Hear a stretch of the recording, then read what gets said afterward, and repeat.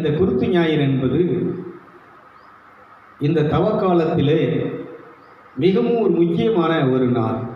இந்த நாளில் இருந்து தான் இயேசு இந்த மனுக்குலத்தை மீட்பதற்கு, ரட்சிப்பதற்கு பாடுகள் இன்னையிலேருந்து அவருக்கு என்ன செய்யுதுன்னு சொன்னால் விசாரணை கொடுத்து திங்கக்கிழமை பார்த்தீங்கன்னா விசாரணை கொடுத்து அழைச்சிட்டு போவான்.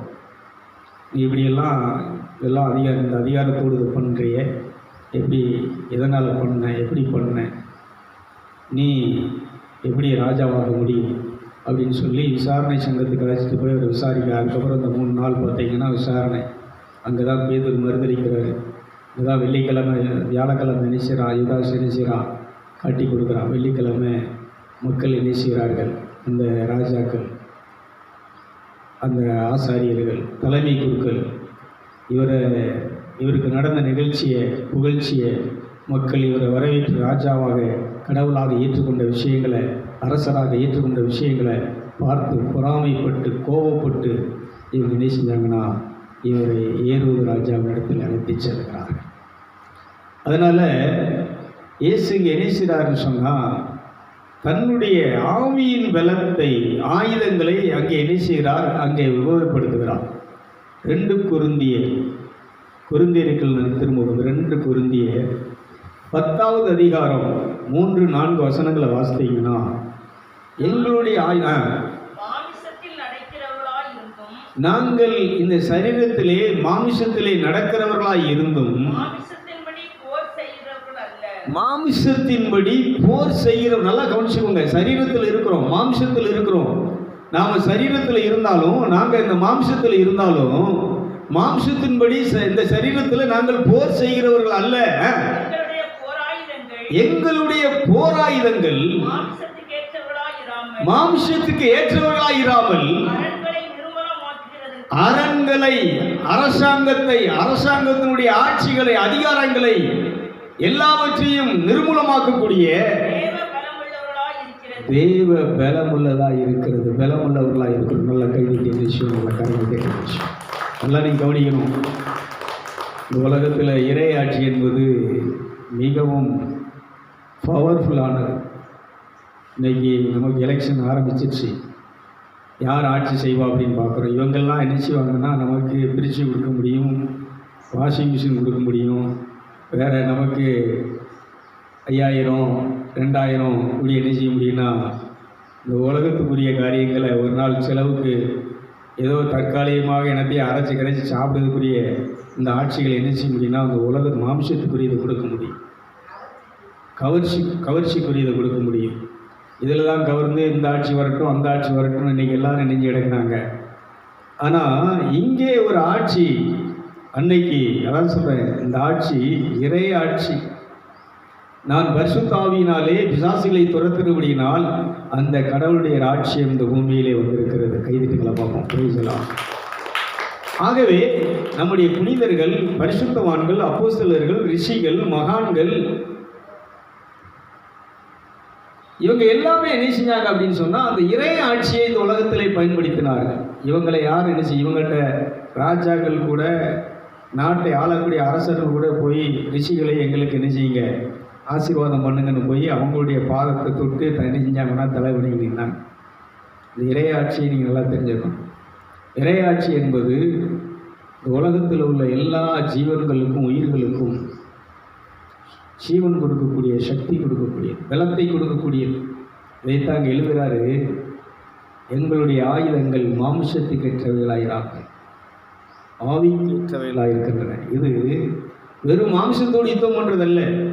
நம்முடைய யுத்தம் யாரோடு இருக்குது? பிரபஞ்சத்தின் அந்தகார லோகாதிபதிகளோடு, வான்வெளியில் திரிகிற பொல்லாத ஆவிகளோடு.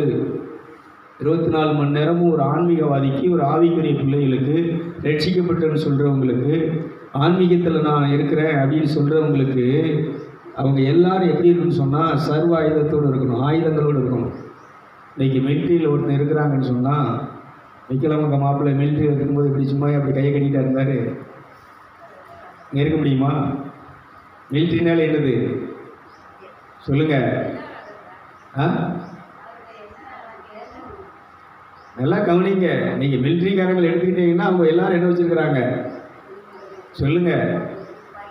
துப்பாக்கி, குண்டு, அங்கே எதிரிகளை அழிக்கக்கூடிய அணு ஆயுதங்கள். இன்னைக்கு இந்தியா இன்னைக்கு என்ன செஞ்சுட்டு இருக்குன்னா, தன்னுடைய கப்பலை என்ன செஞ்சுட்டு இருக்கு, யாரும் இது பண்ண முடியல, தாக்க முடியாத அளவுக்கு என்ன செஞ்சிருக்குன்னா ஆயுதங்களை என்ன செஞ்சிருக்கு.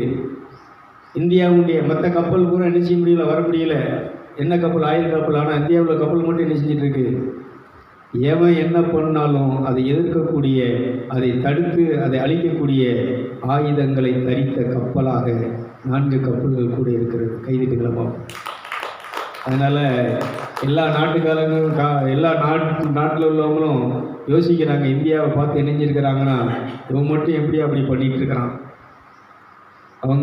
இவங்க சத்தம் போட்டு வெடித்து செதறி அந்த இடத்தை அழிக்கக்கூடிய ஒரு ஆயுதங்களாக இது இல்லை. இது ஒளியினால், சத்தமே இல்லாமல் அவன் எவ்வளோ பெரிய சத்தத்தோடு இந்த ஆயுதங்களை அனுப்பினாலும் அந்த ஆயுதங்களை செயலுக்கு பண்ணக்கூடிய ஒளியின் அமைதியான ஒரு ஆயுதத்தை உண்டு பண்ணி வச்சிருக்கு. இதே போல் இயேசு என்பவர் அமைதியின் ராஜா,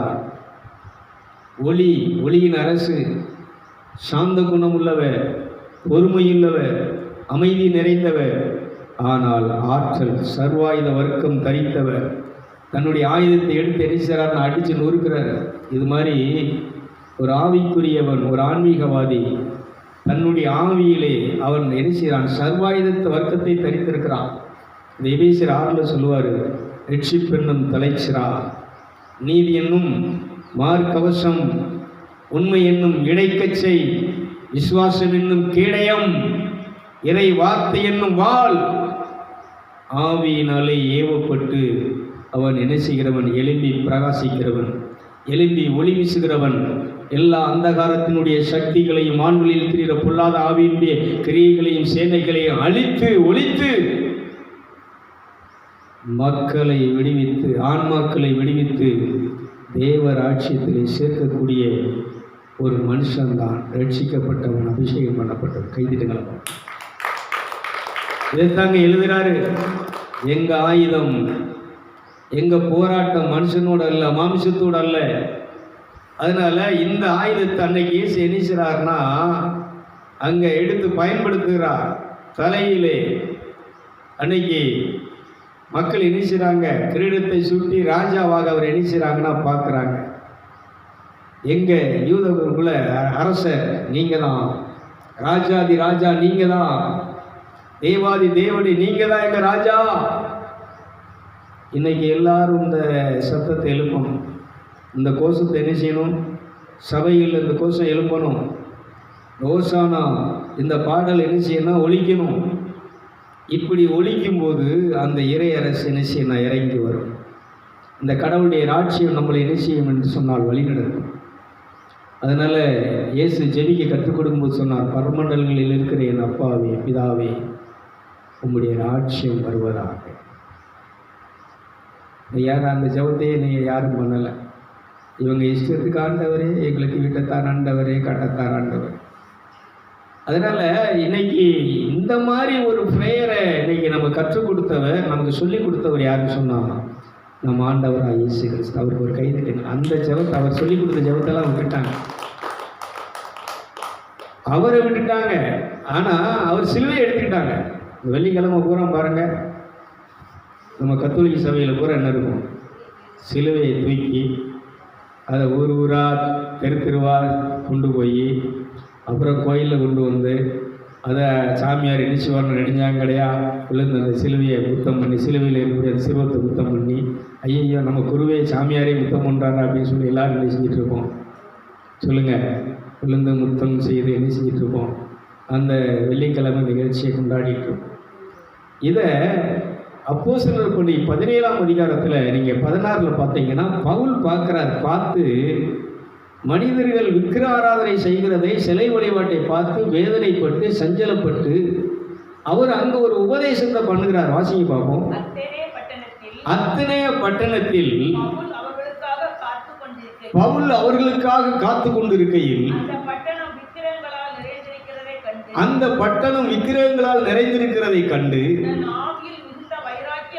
தன் ஆவியிலே மிகுந்த வைராக்கியம் அடைந்து ஜெப ஆலயத்தில் தூதரோடும் யூதரோடும் பக்தியுள்ளவரோடு. நல்லா கவனிச்சுக்கோங்க. ஜெப ஆலயத்துல கோயில்ல யூதர்களோடும் ரொம்ப பக்தி நிறைஞ்சவங்க, பக்தியுள்ளவர்களோடும் சந்தை வழியில் எதிர்பட்டவர்களோடும் தினந்தோறும் சம்பாஷணை பண்ணினார். இந்த மாதிரி கன்வென்ஷன் கூட்டம் நடத்தலை, எல்லாம் நீங்க கவனிச்சுக்கோங்க. உபவாச கூட்டம் நடத்தலை, முழுவரிச்சவங்க நடத்தலை. இந்த விக்கிர ஆராதனை பண்ணி கொண்டு இருக்கிறவங்கள்ட்ட இவர் சம்பாஷணை பண்றார். என்ன சம்பாஷணை பண்றாரு அப்படிங்கிறது அது கீழே உள்ள வசனத்தில் வாசிக்க பார்ப்போம். அப்பொழுது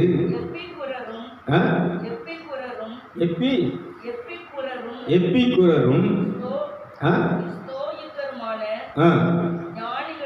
ஞானிகளில்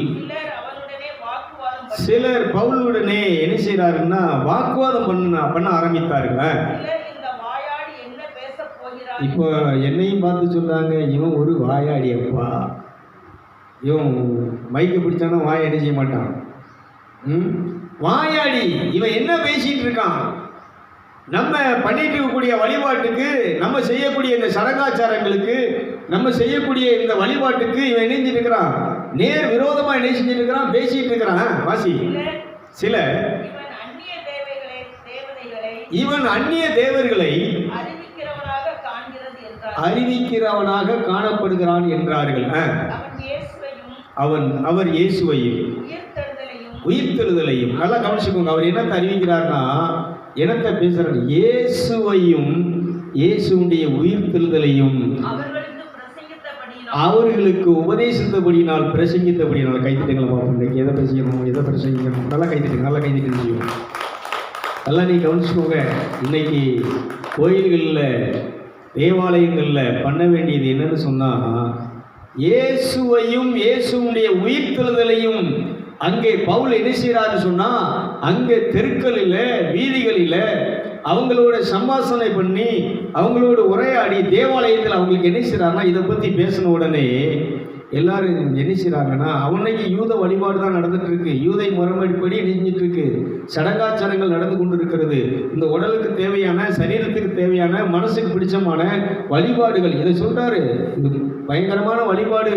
பக்தி நிறைந்தவர்கள் மிகுந்த பக்தியோடு இன்னைக்கு இந்த வழிபாடெல்லாம் பண்றவங்க பார்த்தீங்கன்னு சொன்னா, வெள்ளிக்கிழமை மத்தியானம் வெயிலில் கூட எங்கள் ஊர்லலாம் சிலுவை பாதை என்ன செய்யணும்னா 2.5 கிலோமீட்டர் என்ன செய்யும், வெயிலே நின்று வெயிலே முழங்கால் படிக்கிட்டு அந்த சிலுவை 14 ஸ்தலம் முடியுது வரைக்கும் மக்கள் எதில் இருப்பாங்கன்னா முழங்கால். சாமியார் முழங்காலில் நிற்பார், கன்னியாஸ்திரிகள் எல்லாம் முழங்காலில் நிற்பாங்க. அந்த கோயிலுக்கு போகிற அத்தனை பேர் முழங்காலில் நின்று கண்ணை மூடி கையை கும்பிட்டு அவ்வளவு பக்தியாக என்ன செய்கிறவங்கன்னா கும்பிட்றவங்க. இதே போல் அன்னைக்கே என்ன செஞ்சாங்கன்னா யூத வழிபாடுகள், அந்த விக்கிர வழிபாடுகள், சிலை வழிபாடுகள் அவ்வளவு பக்தியாக. இன்னைக்கு இந்துக்கள் சிலையை கும்பிடுதான், எதை கும்பிடுதான் அப்படின்னு சொல்கிறாங்க, விசுவாச கும்பிடுதான் இன்னைக்கு ஈஸியாக பேசுகிறாங்க. அவங்க எவ்வளோ பக்தியாக கும்பிடுதாங்க தெரியுமா? அதுக்கு எவ்வளோ பணம் செலவழிக்கிறாங்க தெரியுமா? அதுக்கு எவ்வளவு நேரத்தை செலவழிக்கிறாங்க தெரியுமா? ராத்திரி பகலாக உட்காந்து அதுக்கு எவ்வளவு கால் கடுக்க செருப்பு இல்லாமல் நடந்து போகிறாங்க தெரியுமா? அதுக்கு பாருங்க, 40 நாளைக்கு சாப்பிடாம ஒருவேளை நைட்டு மட்டும் சாப்பிட்டுட்டு 2 வேளை அந்த வயிறை பட்னியாக போட்டு எவ்வளவு அவங்க காவியோட உடுத்தி, அப்போ தண்ணி அடிக்கிறத நிறுத்திட்டு, பொம்பளை பொறுக்கிறத நிறுத்திட்டு எல்லாத்தையும் ஸ்டாப் பண்ணிட்டு என்ன செய்யறான்னு சொன்னால், பக்தியாக என்ன செஞ்சுட்டு இருக்கிறாங்கன்னா அந்த கோயிலுக்கு நடந்து போகிறாங்க. அந்த பக்தியை என்ன செய்ய முடியாது. பெண்டிகாஸ்ட் பாஸ்டர்ஸ் ஈஸியாக பேசுகிறாங்க, அவங்க இந்துக்காரங்க பேயை கும்பிடுதாங்க, சிலையை கும்பிடுதாங்க. இல்லைப்பா, அவங்க பக்தி ஓன்ட்டு இருக்கா? அவங்க காவியோட உடுத்தி ஒரு வேளை சாப்பிட்டுட்டு 2 வேளை சாப்பிடாம அந்த 40 நாள் குடும்பத்தில் பொண்டாட்டி பிள்ளைகளோடு இல்லாமல், சாராய கடைக்கு போகாமல், வெளியில் போகாமல் அந்த அந்த அந்த வழிபாட்டிலையும் இருக்கிறாங்க. இந்த வழிபாடெல்லாம் லேசான வழிபாடா? நான் பண்ணுறேன்னா நீங்கள் பண்ணுவீங்களா? இங்கே இருக்கிற யாராவது அந்த வழிபாட்டை பண்ண முடியுமா? இந்த கத்தோலிக்கர்கள் இந்த 3 நாளும் வியாழன் வெள்ளி இந்த 2 நாள் பண்ணக்கூடிய இந்த வழிபாடை நீங்கள் யாராவது பண்ண முடியுமா? பண்டிகாசுக்காரன் பண்ண முடியுமா? அந்த அளவுக்கு என்ன செய்கிறாங்கன்னா, கத்தோலிக்க அந்த சபை மக்கள் என்ன செஞ்சுட்டு இருக்கிறாங்கன்னா, அவ்வளவு அந்த சிலுவைக்கு முக்கியத்துவம் கொடுத்து, அந்த சிலுவத்துக்கு முக்கியத்துவம் கொடுத்து என்ன செஞ்சுட்டு இருக்கிறாங்கன்னு சொன்னால், அந்த வழிபாடை செய்து கொண்டு இருக்கிறார். இதைத்தான் அங்கே பவுல் சொல்கிறாரு, இயேசுவை பிரசங்கிக்கிறார். இதைத்தான் இயேசுவின் பின்னால் நான் செல்வேன், திரும்பி பார்க்க மாட்டேன்.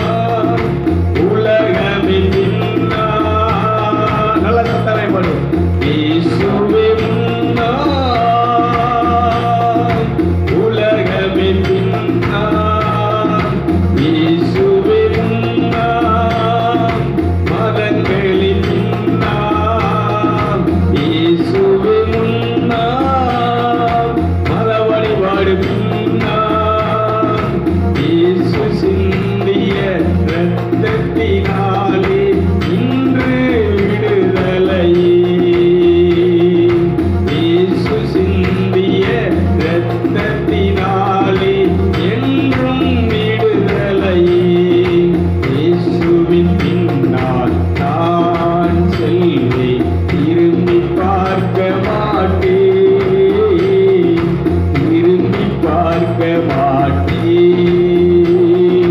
இயேசுவின் பின்னால் நான் செல்வேன், திரும்பி பார்க்க மாட்டேன், திரும்பி பார்க்க மாட்டேன். Praise the Lord. அதனால இந்த விஷயத்தை பவுல் அங்கே என்ன செய்கிறாருன்னா அவங்களுக்கு போதிக்கிறாரு. இவரை என்ன செஞ்சிட்டாங்கன்னா அன்னைக்கு தலைமைச் சங்க நீதிமன்றத்தில் என்ன செஞ்சிட்டாங்கன்னா இவரை ஏற்றிட்டாங்க. நீதிமன்றத்தில் கொண்டு போய் நிற்பாட்டி இவரை விசாரிக்கிறாங்க.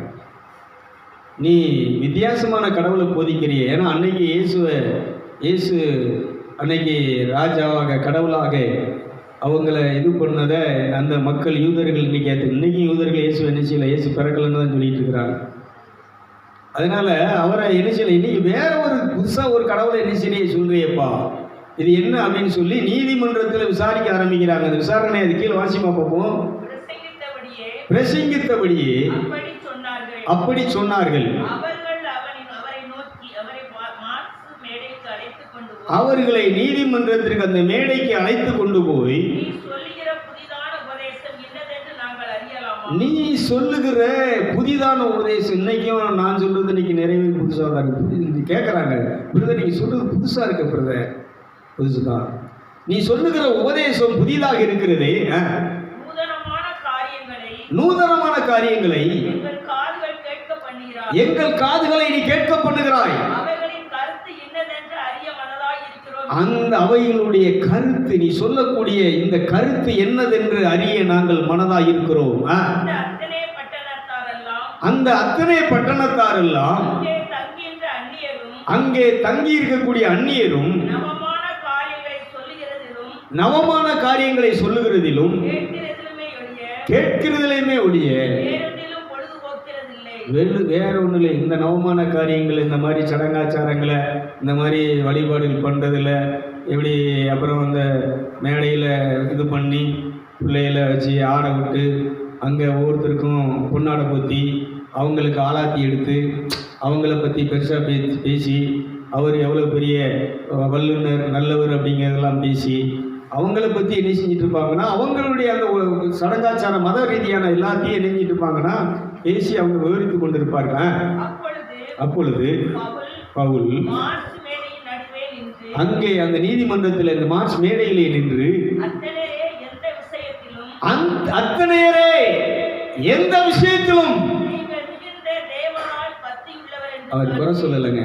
இன்னைக்கு பெண்டிகாஸ்டுக்காரங்களுக்கும் பவுலுக்குள்ள வித்தியாசம் தான். இன்னைக்கு இவங்க என்ன செய்வாங்க, அவர் சொல்றாரு நீங்கள் மிகுந்த பக்தியில், அவங்களுக்கு ஒரு கை தட்டுங்களா, பக்தியில தாயா நீ இந்த வழிபாடு பண்ணி, நீங்க ரொம்ப மிகவும் பக்தி உள்ளவர்கள்.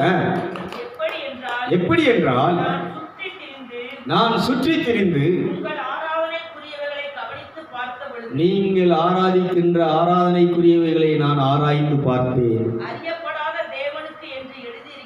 அறியப்படாத தேவனுக்கு என்று எழுதியிருக்கிற ஒரு பலிபீடத்தை கண்டேன். அந்த பலிபீடத்தில் என்ன எழுதியிருக்குன்னா, அறியப்படாத தேவனுக்கு வழிபாடு செலுத்தி கொண்டிருக்கிறோம்.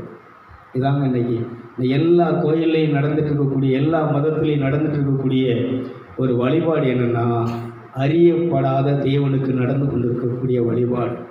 ஆனால் இப்போ பவுல் சொல்ற, வாசி பார்ப்போம்.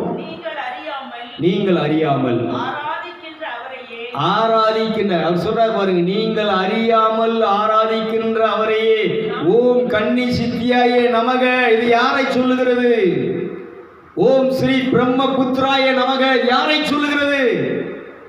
நீங்கள் அறியப்படாத ஆராதிக்கின்ற தேவனையே நான் உங்களுக்கு சொல்லுகிறேன். வாசி பார்ப்போம்.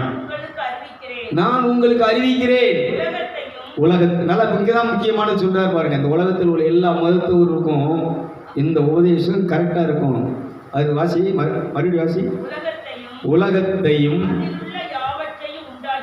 அதில் உள்ள யாவற்றையும் உண்டாக்கின தேவனானவர் வானத்திற்கும் பூமிக்கும் ஆண்டவராய் இருக்கிறபடியினால். இப்ப தான் அங்கேயே சொல்றாரு, கையினால மனுஷன் கையினால கட்டப்பட்ட கோவில்களில் அவர் வாசம் பண்ணுவதில்லை. எல்லாருக்குள்ளும் ஜீவனையும் சுவாசத்தையும் சகலத்தையும் கொடுக்கிற அவர் நமக்கு யாதொன்று தேவையானது போல மனுஷன் கையினால நீ கொண்டு போய் வெட்டுற ஆட்டுனால மாட்டுனால கோழியினால நீ கொடுக்குற இந்த காணிக்கையினால அவர் எதுலையும் என்ன செய்யறதுன்னா பங்கு விடுறதுல எதையும் யூஸ் பண்றதுல எதையும் அவருக்கு தேவையில்லை. மனுஷர் ஜாதியான சகல ஜனங்களையும் அவர் ஒரே இரத்தத்தினாலே கைதிட்டங்களை பார்ப்போம், நல்லா கைதிட்டங்களை பார்ப்போம். மனுஷ ஜாதியான அந்த உலகத்தில் உள்ள எல்லா மக்களையும் மனுக்குலத்தையும் தம்முடைய இரத்தத்தினாலே தோன்ற பண்ணி பூமியின் மீதெங்கும் தன்னுடைய மக்களை குடியிருக்க செய்து முன் தீர்மானிக்கப்பட்ட காலங்களையும் அவர்கள் குடியிருக்கிற எல்லையை குறிக்கின்ற அந்த எல்கையிலே அவர் என்ன செய்றார்? இன்னைக்கு பொம்பளைங்க நெத்தியில செந்தூரம் வைக்கிறீங்களே, என்னது பொட்டு வைக்கிறீங்களே, அது என்னது? குங்குமம். இதுக்கு எதுக்கு அடையாளம் தெரியுமா? அன்னைக்கு அந்த காலத்தில் இந்த குங்குமத்தினுடைய அடையாளம் தெரியுமா? இந்த இரத்தத்தை பூசிக்கொண்டு இயேசுவின் இரத்தத்தை, கடவுளுடைய இரத்தத்தை பூசி இருக்கிறேன், இந்த மேல் சட்டத்திலே பூசி இருக்கிறேன், இந்த ஆலயமாகிய நிலைக்காலையிலே பூசி இருக்கிறேன், இந்த ஆலயமாகிய தேவன் வாசம் பண்ணக்கூடிய இந்த புருவமத்தியிலே பூசி இருக்கிறேன் என்று சொல்லி நீ உணர்ந்ததை பூசும்போது அந்த இரத்தம் உன்னை பாதுகாத்து தீமைகள், சத்துருக்கள், வாதைகள், துன்பங்கள், வேற இந்த உலகத்தினுடைய பொல்லாத ஆவிகள் எதுவும் உன்னை அணுகாதபடிக்கு உன்னை பாதுகாக்கின்ற இரத்தம் அந்த கடவுளுடைய இயேசுடைய இரத்தம். நல்லா கைது பார்ப்போம். அதனால இப்போ அவருடைய இரத்தம் இன்னைக்கு எதுல இருக்குன்னா வார்த்தையில் இருக்கு. நீ விசுவாசத்தோடு நீ பயன்படுத்துகின்ற வார்த்தையில் இருக்கிறது. அதனால அதுக்கு அடையாளமா என்ன செஞ்சுக்கிட்டாங்கன்னா குங்குமத்தை என்ன செஞ்சாங்க? ஏன் வேற கலர் எடுத்து பூசலாம்ல? ஏன் அந்த இரத்த கலர்களுடைய குங்குமத்தை வைக்கிறாங்க? அதுக்கு அர்த்தமே என்னன்னா இந்த இரத்தத்தை பூசுகிறது. உபாகமம் 6:6 என்ன சொல்லுது? அந்த ஆட்டுக்குட்டியின் இரத்தத்தை உங்கள் வீட்டு நிலைக்கால்களில் மேல்சட்டத்தில் நீ பூசும்போது அன்னைக்கு தலைக்குள்ளே கொள்ள வரக்கூடிய சங்கார தூதுவன் என்ன செய்ய மாட்டானா அந்த வீடுகளுக்குள்ளே எந்த குழந்தைகளும் எந்த உயிரையும் முதல் பிள்ளை என்ன செய்ய மாட்டான்? சங்காரமான அங்கே மரணம் நேரிடாது, அங்கே வாதை நேரிடாது, அங்கே தீமை நேரிடாது, இந்த தீய சக்தியில் நுழைய முடியாது. ஆகவே அந்த இரத்தத்தினாலே இந்த உலகத்தில் உள்ள எல்லா மனுக்குலத்தையும் மக்களையும் அவர் என்ன செஞ்சிருக்கிறார்னா ஜீவனோடு உயிருள்ளவர்களாக சக்தி உள்ளவர்களாக இந்த பூமியிலே வாழச் செய்து வாழ்வழித்துக் கொண்டிருக்கிறார். கைதிட்டுங்களா? நமக்கு நல்லா கைதிட்டு சொல்றாரு பாருங்க. வாசி விடுதலை வாசி. கர்த்தராகிய தம்மை எப்படி எப்பா எல்லா மருத்துவரும் கை கூப்பி கேட்குறேன், கெஞ்சி கேட்குறேன், இதை நீ தடவியாகுது. ஏன் உன்னை படைச்சது யார்? இந்த உலகத்தை படைச்சது யார்? இந்த விண்ணுலகத்தை மண்ணுலகத்தை படைச்சது யார்? இந்த சூரியனை சந்திரனை படைச்சது யார்? இந்த புல் பூண்டுகளை படைச்சது யார்? நீ கும்பிடுற சாமிகளா, புனிதர்களா, அதாவது அந்த பாஸ்டர்களா? அதனால நீ தடவி எப்படியாவது தடவியாவது நீ என்ன செய்யணும்? அந்த தேவாதி தேவனை கர்த்தரை நீ கண்டுகொள்ளவினா அவரை தேடும்படிக்கு அப்படி செய்தார். அவர் நம்மில் இந்த உலகத்தில் இருக்கக்கூடிய எந்த மனுஷனுக்கும் எந்த மதத்தவருக்கும் அவர் தூரமானவர் அல்ல. ஏனெனில் நல்லா கவனிச்சுக்கோங்க, இன்னைக்கு நாம எப்படி அவருக்குள்ளதான் நம்ம பிழைக்கிறோம், அசைகிறோம், இருக்கிறோம். அப்படியே யாரை சொல்றாருன்னா அன்னைக்கு அந்த வேதத்தில் அந்த யூதர்களுக்கு கொடுக்கப்பட்ட அந்த நியாயபரமான புஸ்தகத்தை அவர் பேசலை. அந்த மக்களுக்கு அதை பேசினா என்ன செய்யாது? அவர் எதை பேச? உங்கள் புலவர்களிலும் சிலர் நாம் அவருடைய சந்ததியார் பிள்ளைகள் என்று சொல்லி இருக்கிறார்கள். கைதிகளை பார்ப்போம். நல்லா காரணம். போன வாரத்தில் சொன்னேன். போன வாரத்தில் மகா ரிஷி விஸ்வாமித்திரர், இந்து ரிஷிகளுக்கு தலைமையான ரிஷி யாருன்னா விஸ்வாமித்திரர். இந்த விஸ்வாமித்திரர் இயேசுவினிடத்தில் சீடர்களுக்கு கொடுத்த வானத்தில் பூமியில் எனக்கு அதிகாரம் உண்டு, என்னுடைய அதிகாரத்தை உங்களுக்கு தருகிறேன், பேய்களை ஊட்டுங்கள், நோய்களை குணமாக்குங்கள், கட்டப்பட்டவருடைய கட்டைகளை அழியுங்கள், செத்தவர்களை உயிர்ப்பீங்கள், இந்த அதிகாரத்தை கொடுத்த அந்த அதிகாரத்தை இந்த ஆண்டவராக இயேசு கிறிஸ்து இந்த விஸ்வாமித்திரர் கொடுத்தாராம். கைதிட்டங்களை பார்ப்போம். இது கைலாசி மகிழ்ச்சி இருக்கிறேன். நல்லா கைதிட்டு புலவர்கள் நிறைய பாடல்கள் இணைஞ்சிருக்கிறாங்கன்னா அந்த இயேசுவை பற்றி பாடி இணைஞ்சிருக்கிறாங்கன்னா அந்த பாடல் இணைஞ்சிருக்கிறாங்கன்னு சொல்லியிருக்கிறாங்க. ஔவையார் பாட்டி என்ன செஞ்சிருக்கிறாங்கன்னா இயேசு அந்த பாடலில் இணைஞ்சிருக்கிறாங்கன்னா இயேசுடைய இதை இணைஞ்சிருக்கிறாங்க. அதனால் அன்புக்குரியவர்களே, இன்னைக்கு நாம் என்ன செஞ்சுட்டு இருக்கிறோன்னா அந்த மத போதகர்கள் மதம் நம்முடைய முன்னோர்கள் காட்டிய வழியிலே போயிட்டு இருக்கிறோம். இதை பவுல் சொல்கிறார். அதனால் சிலுவையை அல்ல, சிலுவையிலே அடிக்கப்பட்ட, சிலுவையிலே நமக்காக பாடுபட்ட, சிலுவையிலே நமக்காக இரத்தம் சிந்திய இயேசுவின் மீது கண்ணை பதிய வைங்கள். எபிரேயர் 11 சொல்லுவார், விசுவாசத்தை துவக்குகிறவரும் அதை நிறைவேற்றுவருமா இயேசு கிறிஸ்துவின் மீது உங்கள் கண்களை பதிய வையுங்கள். உங்கள் கண்ணை யார் மேலே பதியணும்? அதை வாசி பார்ப்போம். ஆகையால் மேகம் போன்ற இத்தனை திரளான சாட்சிகள் நம்மளை சூழ்ந்து கொண்டிருக்க பாரமான யாவற்றையும் நம்மை சுற்றி நெருங்கி இருக்கக்கூடிய பாவத்தை, பாரத்தை, மத சடங்காச்சாரங்களை, மதங்களை உதறி தள்ளிவிட்டு, சும்மா தள்ளிவிட்டு கிடையாது, கத்தோலிக்க மொழி உதறி தள்ளிவிட்டு எப்படி விசுவாசத்தை தேவன் மேல், பிதாவின் மேல், படைச்சவர் மேல் விசுவாசத்தை துவக்குகிறவரும் முடிக்கிறவருமாய் இருக்கிய இயேசுவை நோக்கி. இதில் ஓட்டத்திலே நம்ம ஓடக்கடவுன்னு இருக்கு, கத்தோலிக்க மொழியில் இருக்குன்னா கண்களை பதிய வைப்போமா. அவர் மீது கண்களை பதிய வைக்கும்போது உன் முகம் பிரகாசிக்கும். கைதட்டி நிச்சயம் நல்ல கரங்களை தட்டி